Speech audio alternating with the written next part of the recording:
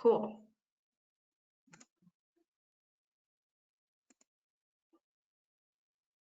Good morning, everyone. We are a couple minutes to our start time.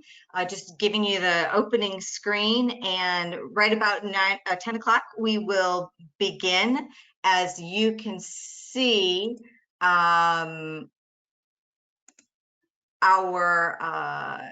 you can see the screen that introduces us, and you'll be able to see the speaker as we talk. So, you know, we're just gonna wait. We're gonna be quiet and wait. Let's see.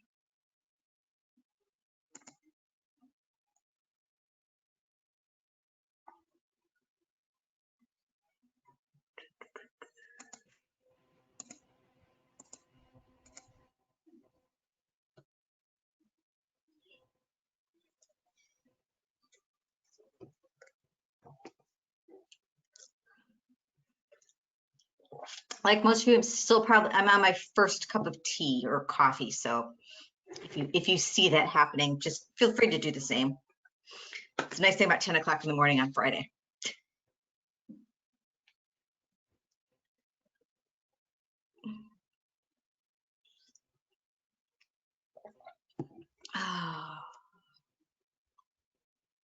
Looks like we've got about a minute or so to go. So just get yourself ready, however you need to get ready, and we will start promptly at 10. At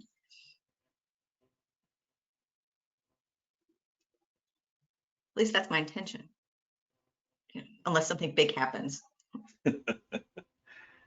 And it is 10 according to my clock. So I'm going to just dig into some of the beginning pieces for you. Good morning, everybody. I think that pretty much hits everyone since it's 10 o'clock Eastern time. Thank you for participating in today's author interview with Dr. Charles Camosy, the author of Resisting Throwaway Culture, the winner of the ACP's 2020 Resource of the Year. This is going to be recorded. So if you want to go back and share it with others, please feel free to do that. I will send you an email to let you know that it's available. It will be available at the ACP website. And I'm going to do that ugly thing of changing screens just to show you what I'm talking about. Here is, this is the ACP website, catholicpublishers.org. And at the very top of the web page is the article on resisting throwaway culture. And if you click into that, there will be a link there right at the top. See, it says it's waiting for it right there. So it will be available to you there as well. So feel free to search for it there. I'm going to stop showing you my screen and we can start just seeing each other. And let's see. Oh, yeah. Because this is an interview, obviously folks want to ask questions, and that's great. I would ask that if you have a question for Dr. Camosy, please use the question or chat function on the dashboard for GoToWebinar. I will be paying attention to those as we go through. We have some pre-scheduled questions to get us started, but feel free to add anything in between. And let's see, just a real quick thing for those of you who may or may not be familiar with the ACP and our Resources of the Year awards. We are the Association for Catholic Publishers themselves, the trade association. And one of the things that we do is we do an awards program called the Excellence in Publishing Awards. And those publishing awards actually have 16 categories that range from the content of our various publishers, including music, believe it or not. And at this year, in particular this year, we were able to move forward with 14 of those categories. One of those was the general interest category. It's always one of our biggest categories. And Dr. Camosy's book was the winner of that category. The winners of all of the categories go into a separate evaluation process by judges, and from that comes the Resource of the Year. So it's a double level of competition. It's a very interesting process for me. I get to read the comments from the judges, which are always really amazing. And there were a couple of very amazing ones that we included in the press release this year too. So without further ado, I want to introduce you to Dr. Charles Camosy. He is the Associate Professor of Theology at Fordham University in the Bronx, where he's taught since finishing his PhD in theology at Notre Dame. Yay, go Irish. It's my alma mater too. His published articles have appeared in a diverse group of publications: the American Journal of Bioethics, the Journal of the Catholic Health Association, New York Times, Washington Post, LA Times, and America. He's the author of 5 books, 3 of which have been award winners, including Resisting Throwaway Culture. And he's won a couple awards for a couple of other ones, as I said, from the Catholic Media Association. He's also an advisor to the Pro-Life Commission of the Archdiocese of New York, where he received the Robert Byrne Award from the Fordham Respect Life Club and the 2018 St. Jerome Award for Scholarly Excellence from the Catholic Library Association. So without any more delay than necessary to do all that, we're going to dive right into the first question. So, Charlie, do you mind if I call you Charlie? You could please call me Charlie. Do I get to thank you and the ACP for the award? Thank you very much. You definitely get to do. Go ahead. I really appreciate it. Yes, yes. And just say something very quickly about it. This book has been I usually publish books within a year or two. This book has been in process since the spring of 2012 in various forms and iterations. And so just really gratified, so surprised, in fact, to have it be recognized this way, because it was a long time coming. And I have to thank personally Jess Keating at the Institute for Church Life at Notre Dame, who invited me to teach a course on a consistent life ethic. And I thought, I have this book in process, I should probably finish with that. So again, thank you so much. I really appreciate it. You're welcome. You're welcome. And for all of you who are listening, New City Press, one of the ACP members, Association of Catholic Publisher members, is the publisher of this book, and they are equally as excited by you receiving this award. They're very happy to have this book as part of their repertoire. So I can't thank them enough too. I'm sorry. They've been so great throughout this whole process as well. So. They are very good people. Yes, I agree. Well, so let's dive into the first question. How do you break through the exhaustion that the polarization in our culture has overwhelmed so many, and find that hope that you write about in the book? Well, that question, I think, has particular relevance for our own moment right now, because both the polarization and our sense of exhaustion, I think, has been ramped up, as it were, over the last several months. I don't know if it's too simple or not, but I guess in the book, what I call for is us returning to what some theologians call our source of ultimate concern, what gives us true joy, what truly invigorates our lives, what gives us true fulfillment. And for Catholics, of course, those are the foundations of our faith and our commitment to the gospel, our love of God and neighbor. And, we have maybe, and I'm guilty of this sometimes too, of, kind of enjoying the sugar high that comes from fighting the culture wars, especially online, especially when there's sometimes very little to do other than do that online if you're sheltering in place. But I think we know now how bad that is for us, and the high is, of course, only temporary, and it really does contribute to the polarization and the sense of exhaustion, I think, that we that we feel so strongly right now. You mentioned that that especially I think in the COVID situation, this is difficult. To what degree do you think that's expanded that just from? I mean, the book came out last year before all this started. To what degree has the COVID stuff really added more weight to that? Is it just that we're isolated and we don't have anything to do, or what do you think has gone into that for most folks? Yeah, I have some thoughts on that, and I'll share them in a moment. But I also think, especially as a Catholic, taking the long view of history here, I don't think we really know yet. The changes that are going to take place as a result of this pandemic are going to be long lasting and maybe not even totally developed for years. But I think we can speculate with some, we can make some educated guesses anyway. And one of those is that we were already a isolated people before the pandemic. There were lots of people dying deaths of despair. The last 3 years before this one, had seen the life expectancy in the United States go down. That's the first time that has happened since the last major pandemic in World War One in this country. You know, the internet and social media have really contributed to that kind of isolation. I think we should actually call it anti-social media, not social media, because it's really pushing people away from each other, not toward each other. And the pandemic has really, again, put this all on a different level. More and more people are on social media, leading their lives there. Fewer real connections. One of the themes of the book is that a culture of encounter with real people is the antidote to throwaway culture. And we've had so dramatically fewer real encounters with real people during the pandemic. And again, this was already a problem. So where I think the book is even more important during and after the pandemic is calling for that culture of encounter, embodied encounter. I hear things like, well, you shouldn't shake hands after the pandemic, or much less hug each other. That's a disaster. That is an absolute disaster. We need, of course, need to be smart and science-based and do everything we can along those lines. But I think we also need a countercultural push to have genuine encounters, physical embodied encounters with others, especially since over the last, whenever this pandemic is over, we will have spent months or maybe even years pushing in a very different direction. Yeah.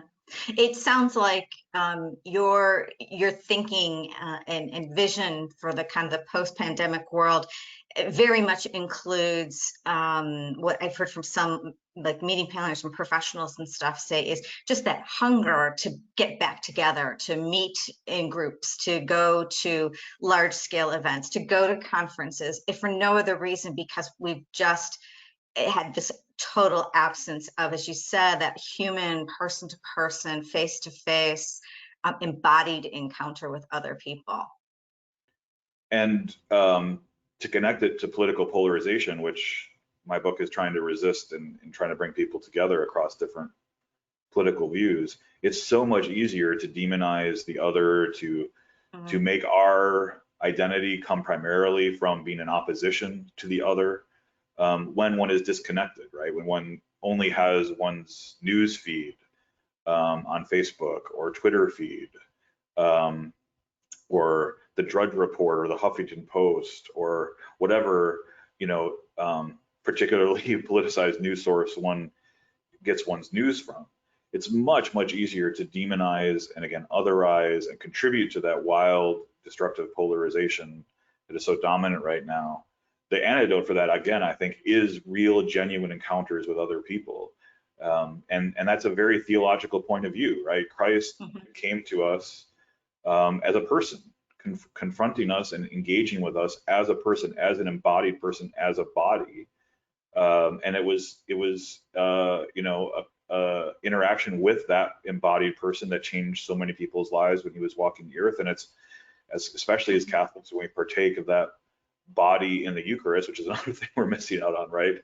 That is also transformative for us. So yeah, again, especially as Catholics, I think we need to be countercultural coming out of the pandemic in these ways.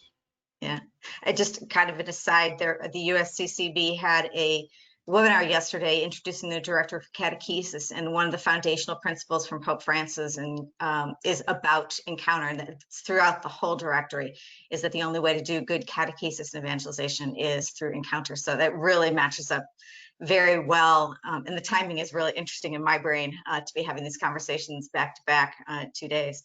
So that's, yeah, I would wager that Pope Francis will give you a thumbs up on that, because he's all about encounter. I hope so. Somebody send him the book. That's a great idea. Let's move on to another question. What are the polarization separates us, and you talk about how to bring us back together, that unity. So what are the greatest challenges to finding that unity that many hunger for? We've mentioned about the pandemic specifically right now. What else do you think is part of that? Well, I think in some ways we're fighting our evolutionarily created natures, or part of our natures, right? Because at least I'm not an expert on this, but I've learned from experts that the tribalism which dominates our polarized political landscape today is very much a part of kind of human nature, and in-group, out-group thinking is part of what has helped our species actually survive. So, in-group focusing on inward, on those who are safe, good, familiar, and pushing and being skeptical of the out-group has been how we've propagated ourselves in some ways.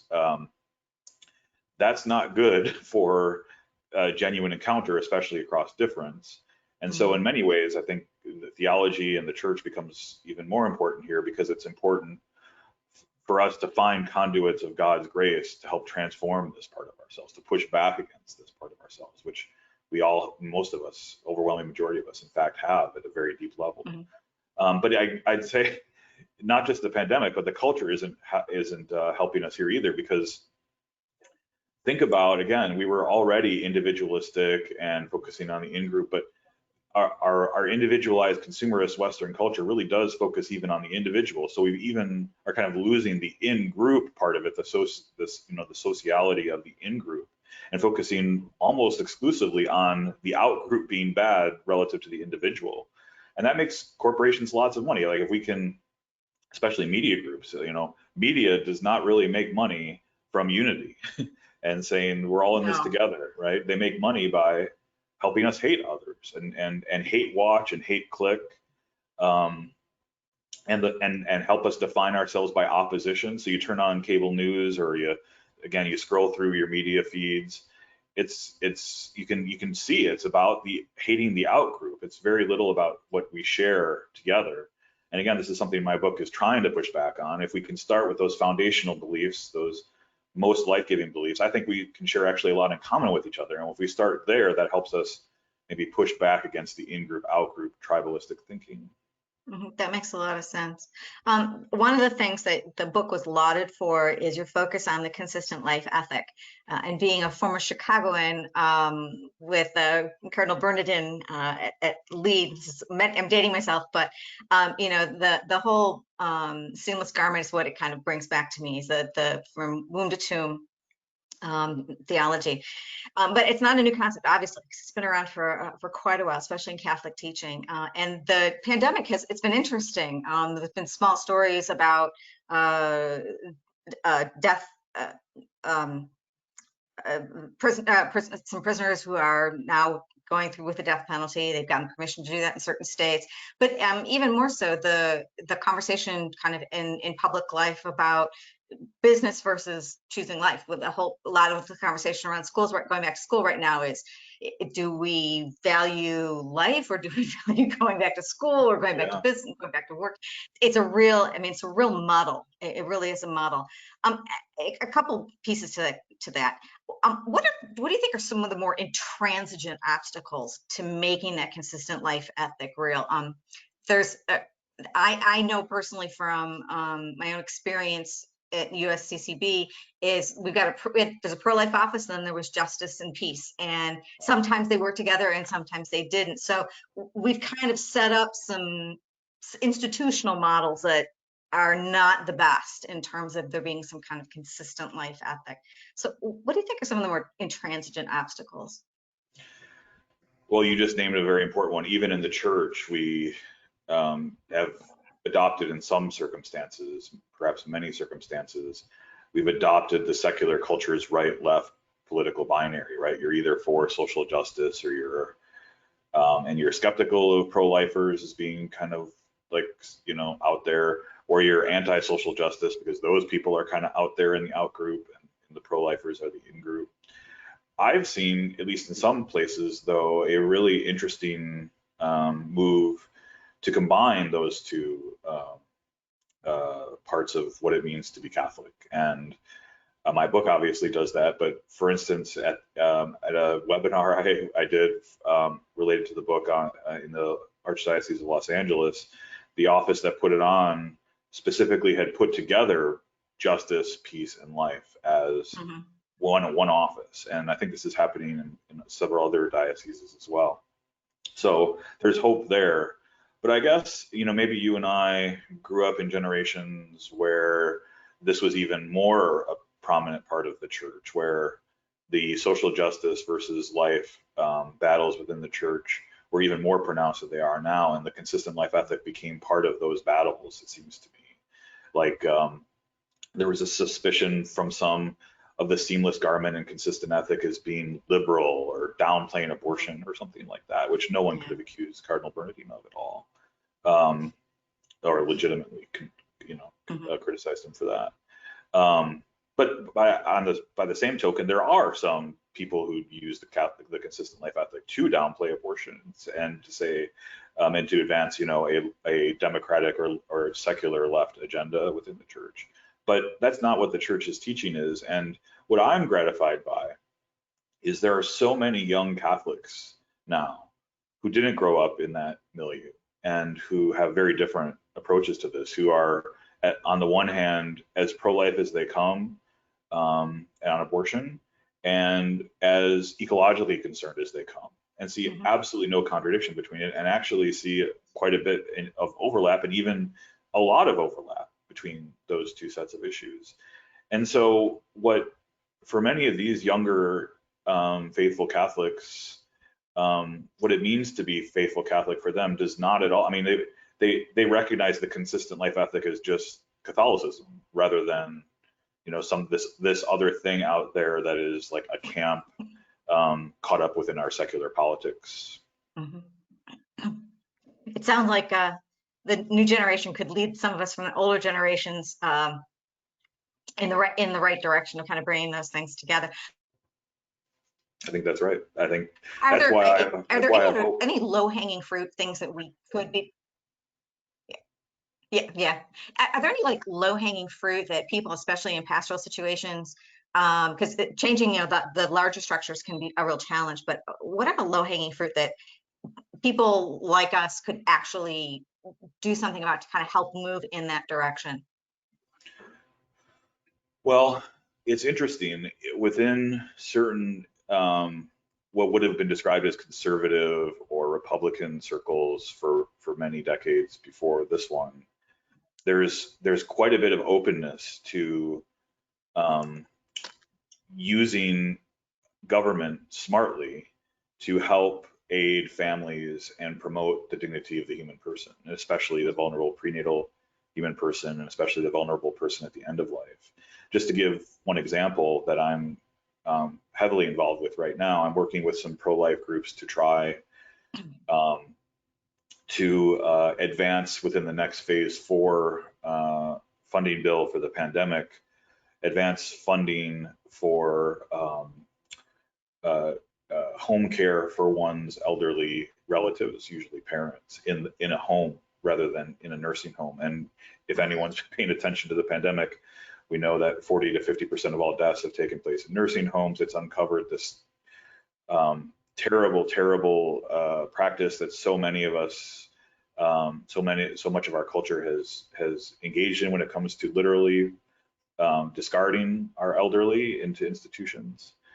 And it's so interesting to see pro-life groups step up and say, we think we should spend more government money, we should reimburse families using a tax and spend approach to care for our loved ones at home, to make it easier for them to care for our loved ones at home, to keep families together, to honor our elders the way they ought to be honored, rather than, again, just kind of discarding them to an institution where often they die of loneliness, as so many of us are. And I mentioned that earlier, deaths of despair. The deaths of despair in nursing homes are profound. So that's just one example. There are many others. So I think, I mean, we could talk about paid family leave. There are interesting Republicans who are interested in trying to get common ground on paid family leave, I think, with childcare. So pro-family, pro-life, social interventions. And it wouldn't be just it still wouldn't be this kind of, knee-jerk, let's have a federal government program, but there's room there there's low-hanging fruit there to find common ground if it's connected, especially when it's connected to life and dignity of the human person and the family. And so that's where I think we can start. And I think we can go well beyond that to find common ground, but that's low-hanging fruit. Well, you mentioned that common ground. That's kind of was part of my next question is, if you were trying to bring together kind of those pro-life conservatives and social justice liberals, kind of, the Yeah. monikers that we give those groups. What would some of that common ground be? Now, you mentioned like families, and I've heard that from other pastoral leaders recently, that's really kind of the bottom line. That's where everything's hitting right now with the pandemic and stuff. So that makes a lot of sense. But what else do you think are the common grounds, the overlaps between the two?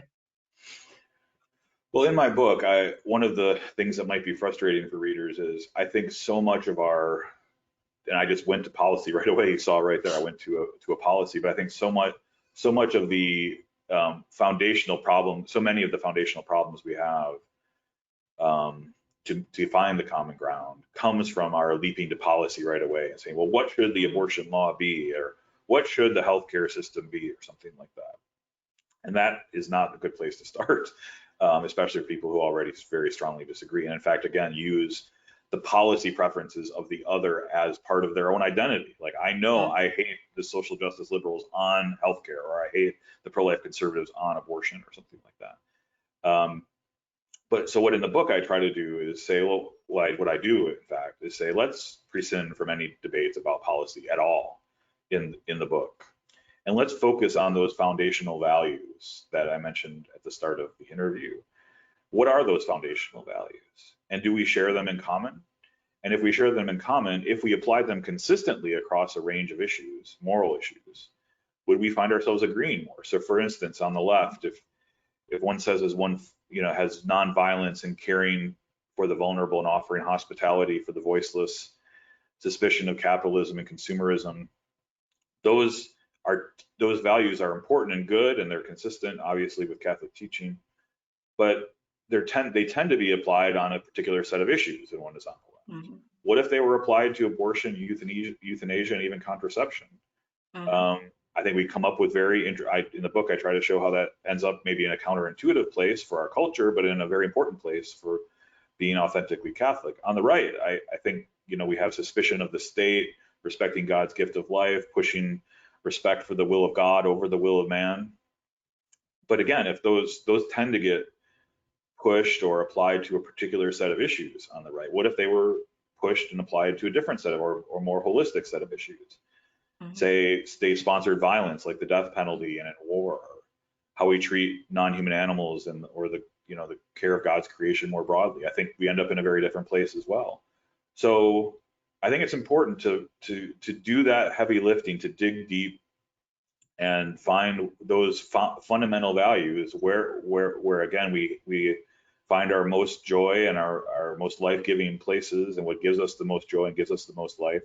And start there in our dialogues and say, well, can we agree on nonviolence? Can we agree on respecting the gift of life? Can we agree on a suspicion of consumerism?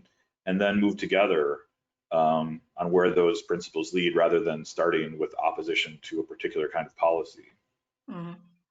That resonates a lot. I know in kind of business culture, one thing I remember someone sharing with me is that when you're working with people that are different from you, you have different positions. Don't focus on the positions, focus on the interests. I think in this case, interest translates into values. Because if you start with what you hold in common, then you can move to positions together rather than to opposite ends or separately, which makes a ton of sense. At the very top of the conversation, you mentioned about the book is so relevant right now. So why are these conversations, throwaway culture and polarization, so much more relevant today than in the past? And is there some crossroads or some crisis that we're heading toward that we really need to get ourselves ready for? It seems like, I think for people who are older like you and I, you get a little bit of sense of history. It's like you kind of can feel like there's someplace we're going to, and we're just not sure exactly what it is yet, but we're going someplace. So why is the relevancy, and do you have a sense of where we might be heading? Yeah. I do, but I also want to check myself and say, well, I consume a lot of media and social media, and that media is designed to get me to be afraid of the future too, right? To keep me suspicious of others and what's going on. So I think it's important for all of us to be aware of our biases in this regard. And that's why it's so important to have a truly diverse group of friends and family and colleagues that can be honest with you in sharing their diverse points of views. But to answer your question, here's what I've been thinking about lately, and I wonder if you or the audience agrees about this. I'm deeply concerned about our movement towards artificial intelligence, virtual reality, and even robots. And I think the pandemic is going to exacerbate our dramatic shift towards those technologies. I think, we'd rather have, during the pandemic, of course, maybe not a human being deliver stuff to us, right? It would be better if a robot did or a drone did. Maybe if we want to be cared for in a hospital, we'd rather have or at least, the culture would rather have a robot do it, maybe, rather than have our frontline workers put themselves at risk or, put patients at risk. One of the things that I'm a bioethicist, so I focused a lot on the medical ethics during the pandemic. And one of the things that counterintuitive things we learned is that it was really dangerous to go to the hospital. Like, actually, there's some data in Italy to show that it was more dangerous to go to the hospital than it was to stay home if one had COVID-19. So what does that mean for personal interactions, right? And and all that stuff. So, but then even beyond the pandemic, if we just talk about, care for the elderly, that is related to the pandemic in some ways. Like, my next book project is focusing on people with dementia, which is the numbers of which, if we don't find a cure, are going to explode over the next decade or two. Are we going to have enough people who work in healthcare to really care for people with dementia? Or will we try to come up with robots who can do that? That's the opposite, again, of a culture of encounter. That is throwaway culture. Let's put them in a room with a robot, they'll be fine. I think similarly with sex robots and how we think about technology, porn has already saturated our culture. Virtual reality porn is going to continue to saturate it. And what happens when sex robots get really good at what they do? I really fear for that as well. So again, the counter culture of encounter, I think, is important to resist that, to say what really matters and what our faith teaches us is, again, the importance of embodied encounter with an actual real life human being. But especially because these technologies make us so much money and make us more efficient, which makes us more money, at least in a capitalist consumerist culture. The powers that are pushing in these directions are overwhelming. In fact, we're moving so fast, and this is a classic problem of ethics related to technology. We're moving so fast in these directions that ethics really hasn't had a chance to kind of catch up and say, whoa, wait a minute. We have AI determining how whole campaigns are being done now, like presidential campaigns are being done, and there are good things that come from AI. Don't get me wrong. We're probably going to have a vaccine much faster than we would otherwise for COVID-19 because of AI and other technologies. But at the same time, I think we just also need to really put our foot down and be willing to stand up and say, no robots. Right, in particular kinds of industries. We're not going to sacrifice real human contact when it comes to caring for our most vulnerable in hospitals or long-term care homes or something like that. We should say absolutely not to sex robots, right? We should focus on the unbelievably good encounters that real human embodied sexual encounters are. And not be willing to compromise on those things. But it's going to be really difficult because the consumerist impulse that our culture has is so strong, and this is going to make a lot of companies a lot of money. And but that's I think something that we are called to do, and that we ought to really, again, put our foot down and make a stand for. It reminds me of something someone once told me: just because we can doesn't mean we should do it. That's right. That's right. It sounds simple, but yeah, that makes a lot of sense. We have those are the questions that we had pre-prepared. So those of you who are listening, if you have a question that you'd like to ask Charlie, please use the question or chat feature. There's one from a little bit earlier about when you first spoke about encounter, and the questioner asked, do you know of any places, parishes, parish groups, dioceses, where that kind of genuine encounter over differences is happening? And if so, how did it happen? Who sponsored or led that encounter? those are good questions. I know one legitimate criticism of a lot of Catholic parishes and communities is that we come in as individual families for sacraments and then we leave, and we don't really see the parish as a kind of, or I mean, it didn't used to be this way. You and I probably are old enough to remember a time, or at least our parents certainly are, when the parish was a hub of people's real lives and their communities.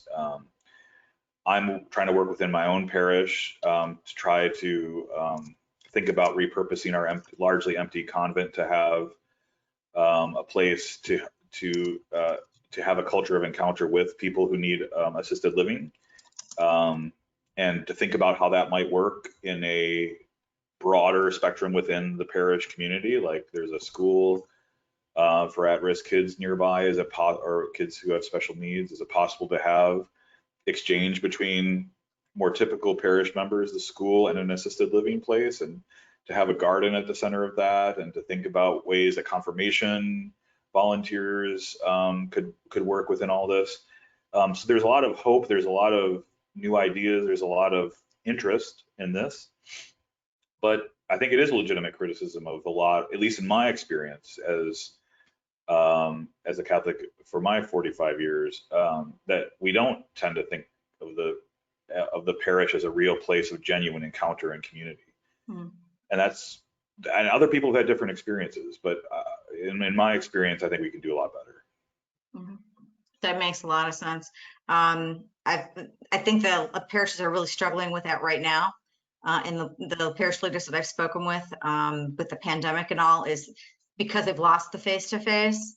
How do, what do we do in the place of that? And for some, it's been a lot of really being on the phone with people, but unfortunately, the other end, it's people just assuming that when things get back together, we'll pick up where we left off. So it's interesting. There's a wide variety on how parish leaders understand the kind of underlying foundational nature of encounter to what the work that they do and what they do about it. It seems to vary quite a bit from place to place. Yeah, unfortunately. Really, couple of really interesting questions. At the very beginning, you talked about some foundational principles for the consistent ethic of life. And the question was asking, can you rename those principles again, just kind of in brief? So I am looking at my Microsoft Word document for the actual manuscript, and there are 7, but I'll just name them very quickly. Always wrong to radically reduce someone's inherent dignity for some other end. 2, violence ought to be resisted at every turn.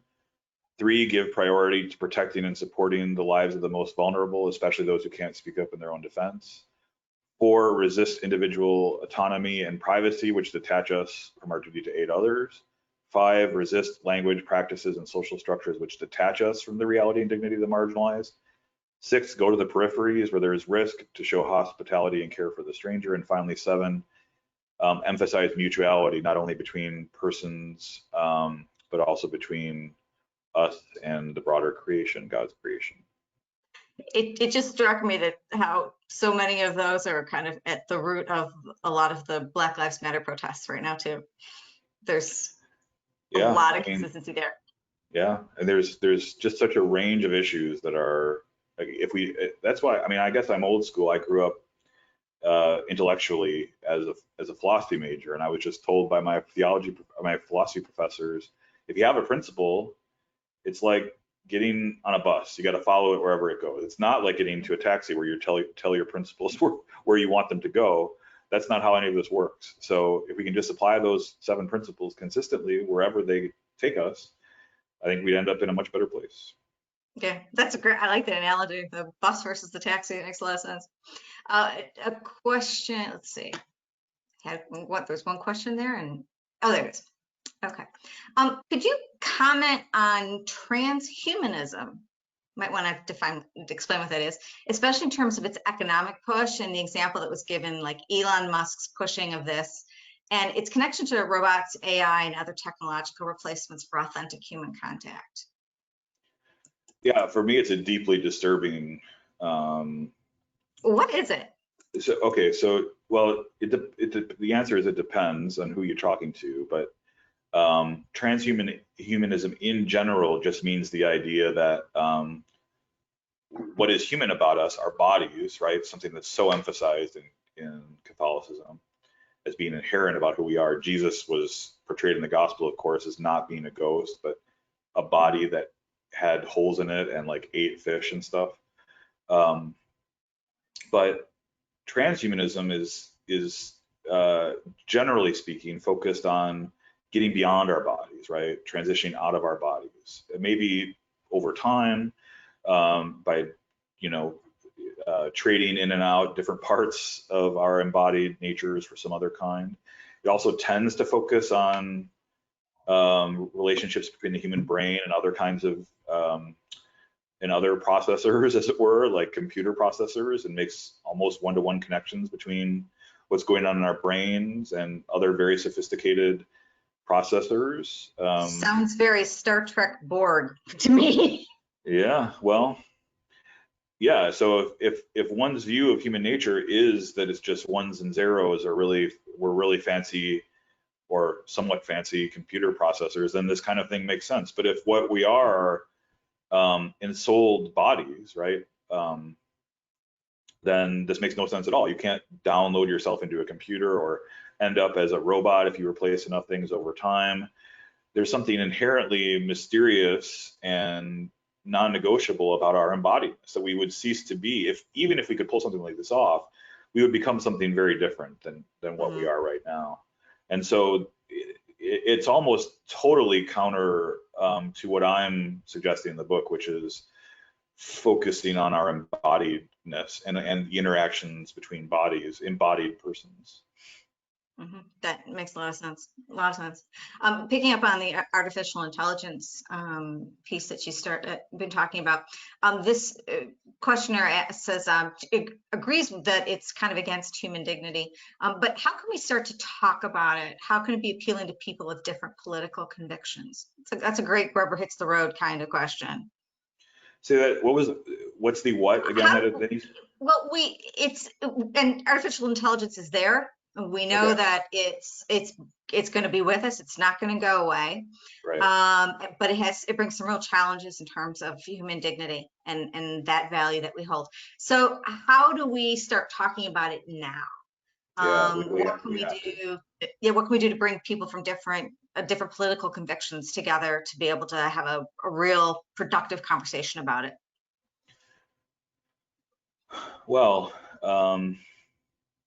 it's interesting. Again, I talked about this movement of conservatives or people who would have been described as conservative or Republican in the past, who have different views about things today. And one of those things, I think, is the marketplace. So that we used to, 20 years ago, a conservative was somebody who really just kind of let the market run free, and the market decides, the market's more efficient.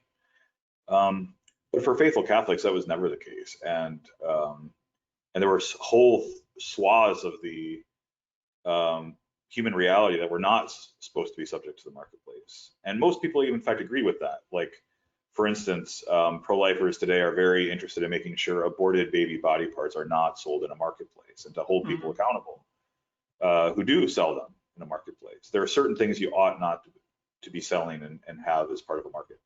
So with that principle in mind, this is just me talking at the top of my head. I haven't really thought about this, but I wonder if the many things surrounding AI, which are currently driven by market forces almost exclusively, like companies can just see they could be more efficient and make more money if they use AI. Are there aspects to AI in certain kinds of businesses, cultures, aspects of culture that we should just say should not be driven by the market? One of those things, it's very interesting to see. Whatever one thinks of Tucker Carlson, he's got a huge show on Fox News, and he is very skeptical of the market alone approach to these things. In fact, he criticizes capitalism a lot. One of the debates he has with kind of old school conservatives is about using AI and other technologies to replace truck drivers. Massive numbers of people in this country are truck drivers, and massive number of families are put bread on the table because of truck driving. If companies realize they can make more money by using, and this has already started, by using autonomous vehicles, using AI, they're going to do it. And those, like, tens of thousands of people, if not more, are going to be out of jobs and not clear what it is they're going to do. And this is me talking off the top of my head. Would that be the kind of thing we should say as faithful Catholics? That just as we don't put baby body parts on the marketplace, we don't put jobs, certain kind of jobs, as totally beholden to how the market is going to function, and having AI kick them out, essentially. And there could be many other areas where we might say, and I need to think about it more, but where we'd say, you know, we should go forward with AI, we should do it responsibly, we should be careful, we should think about it. We shouldn't just go forward blindly because it makes shareholders of corporations tons of money. That's a bad reason to go forward with it. Yeah, that's a great point. Another really good question, kind of a different, slightly different topic. The questioner asks, there's such a gap between what is going on the ground with those working with abortion-minded women and taking care of them when they choose life, and the policymakers, those who are marching and advocating for those policies to change. How do we bridge the gap? Yeah, so sometimes there's a tendency to, especially, but not only from what pro-lifers might call the social justice left, to say, well, those people who are pushing for changes in our abortion policies don't understand the real lives of women. They don't understand that women are going to have abortions anyway, even if abortions are illegal. What we really need to focus on are supports for women and families so women do not choose abortion.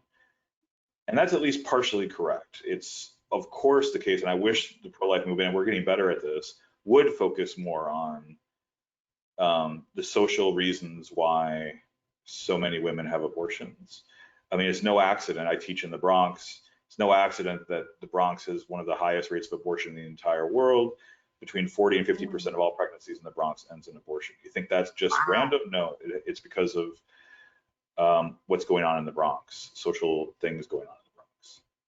However, a lot of the things that I think we should push for, like paid family leave, like help for childcare, like fundamental changes to how we fund education, these things exist in the other places in the world, and they have lower abortion rates. But the abortion rates are not zero. They're not even close to zero. They're about, depending which country in Europe you pick, somewhere between 50 and 70% of our abortion rate. Still, from my perspective, a horrible massive death of the most vulnerable. In fact, disabled prenatal children in Europe fare awfully in many cases. I think Iceland has almost totally eliminated Down syndrome through abortion. Wow.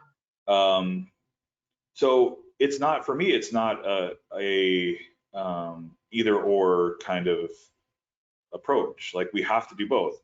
Justice, prenatal justice is essential. Like, if we really are serious about all lives being made in the image and likeness of God and needing to be defended under equal protection of the law, then we don't exclude a whole class of human beings from that. Like, you just can't. It's prenatal justice requires equal protection of the law. At the same time, the idea that we would focus only on that and not focus on what is going on in the Bronx, say, or what's going on in many poor areas, or what's going on, frankly, in our hookup culture, where abortion is often necessary to continue to perpetuate the sexual culture that our consumerist